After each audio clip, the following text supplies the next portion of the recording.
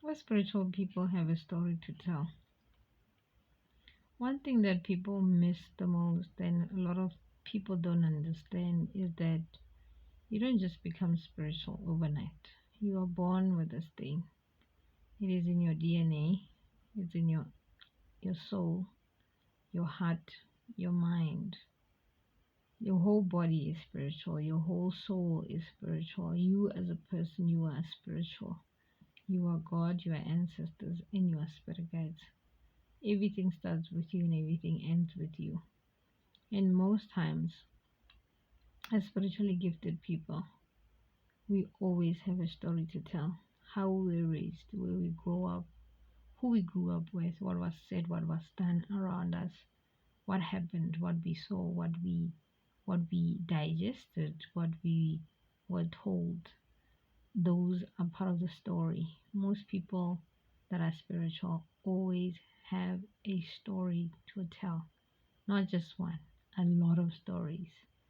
And biggest misconception is that people think that we go into spirituality because we don't have any other choice, or life has done a number on us and we have decided to take the easier way out, or something simple, or something that gives us purpose after failed attempts to life. They don't understand that we are born these people. We are born this way. And if only it was possible to tell a story, if it only was possible to actually rewind and play a documentary, put it on TV, put it on onto the world to make people aware that it's normal. We are these people. And some people are not aware yet, some people are aware. Some people are still questioning themselves, questioning their existence, questioning the things that they've seen. And you go on Google, you go on social media, they tell you it does not exist. You go on ChatGPT, they tell you that the mind has a way of creating stories and this and that, and it gaslights you.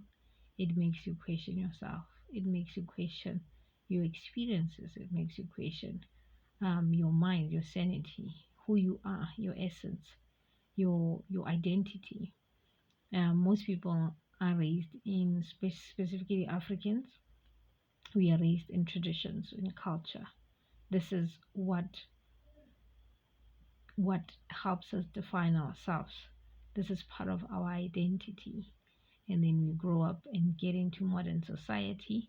And in modern society, modern psychology, they question what you have seen, what you've experienced, what you've heard, what happened to you, some of the things that you've seen or experienced in your life.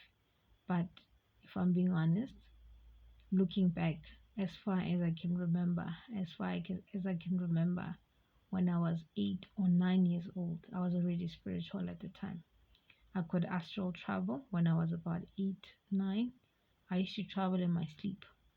There's a lot that happened, which I will talk about on the next episode. My mother was spiritual. She's part of the reasons why I decided to become spiritual, because she couldn't figure out. She never figured it out. She made mistakes, and those mistakes are what made me motherless. That what makes me motherless today. I have not seen my mother in over 20 years because somehow she lost the battle. She couldn't figure it out. And I made it a point that I'm going to do it for myself and I'm going to do it for my children. I used to see a lot of things. My mother used to see a lot of things. And my whole family, my whole lineage on my maternal side is very spiritual. Whether we want to believe it or not, I grew up in spirituality, whether in a good way and in a bad way, because I was born and raised into voodoo and black magic. We don't get to choose our families. We don't get to choose where we are born and who gives birth to us. It just happens. Unfortunately or fortunately, I was born into voodoo. It was very strong in my family, very prominent in my maternal side, on both my grandmother and my grandfather. So spirituality has always been part of me. And there was church, Christianity, religion.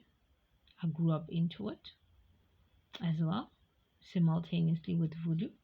And then now I've decided to take a different approach to life, which is spirituality, something that has never been practiced in my family in over 100 years.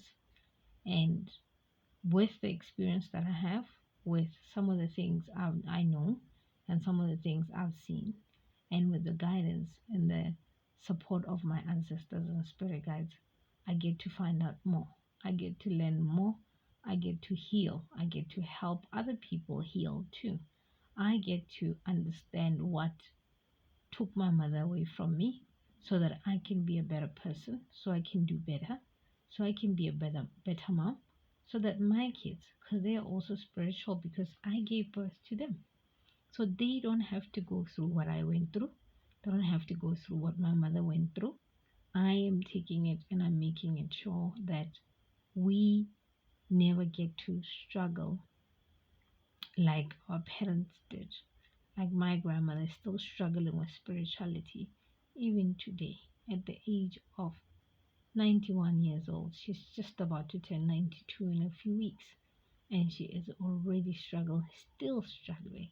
She will struggle until she gets to the other side because she forced herself into church, into religion, into Christianity, and ignored what she didn't know, what she didn't understand. I am not going to be that ignorant person. I'm going to find out more. Simultaneously, in the same breath, I'm going to help other people figure it out too. So stay with me. If you want to figure it out, if you want to understand more, if you want to learn more, I'm here. I'll keep sharing. There's a lot to go on, but one conversation at a time. Love and light. I'll see you on the next episode.